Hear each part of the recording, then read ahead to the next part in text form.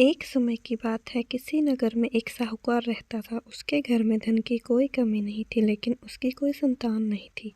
इस कारण वह बहुत दुखी था। पुत्र प्राप्ति के लिए वह प्रत्येक सोमवार व्रत रखता और पूरी श्रद्धा के साथ शिव मंदिर जाकर भगवान शिव और पार्वती जी की पूजा करता था।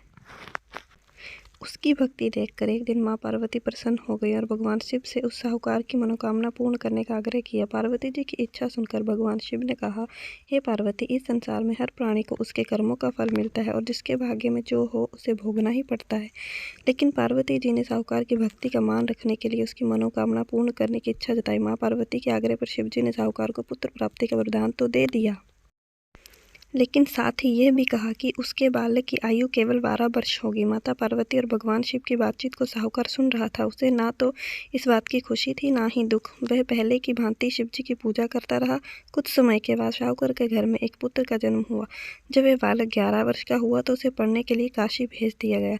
साहूकार ने पुत्र के मामा को बुलाकर उससे बहुत सारा धन दिया और कहा कि तुम इस बालक को काशी विद्या प्राप्त करने के लिए ले जाओ और मार्ग में यज्ञ कराना।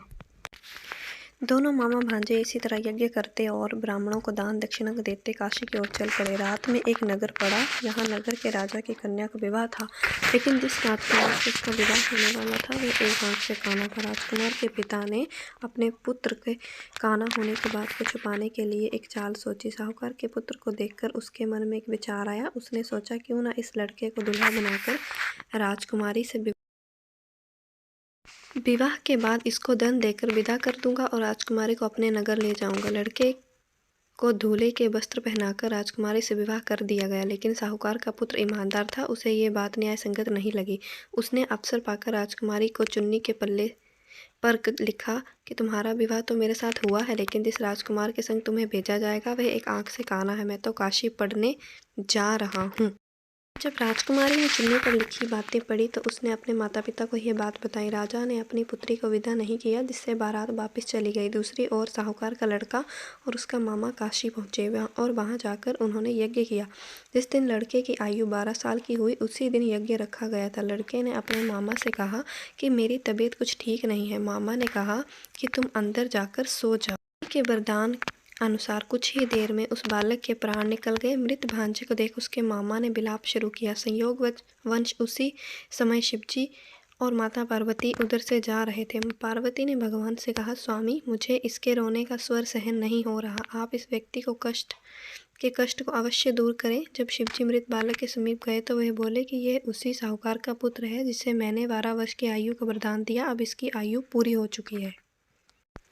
लेकिन मात्र भाव से विभोर माता पार्वती ने कहा कि हे महादेव, आप इस बालक को और आयु देने की कृपा करें, अन्यथा इसके वियोग में इसके माता पिता भी तड़प तड़प कर मर जाएंगे।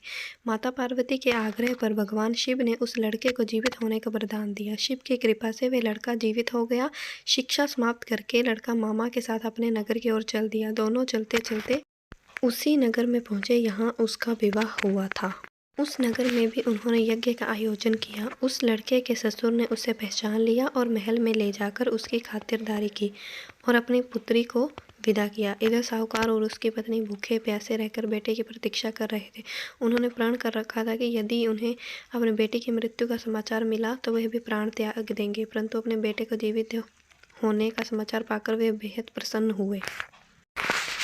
उसी रात भगवान शिव ने व्यापारी के स्वप्न में आकर कहा, हे सृष्टि, मैंने तेरे सोमवार के व्रत करने और व्रत कथा सुनने से प्रसन्न होकर तेरे पुत्र को लंबी आयु प्रदान की है। इसी प्रकार जो कोई सोमवार व्रत करता है या कथा सुनता है और पढ़ता है, उसके सभी दुख दूर होते हैं और समस्त मनोकामनाएं पूर्ण होती हैं।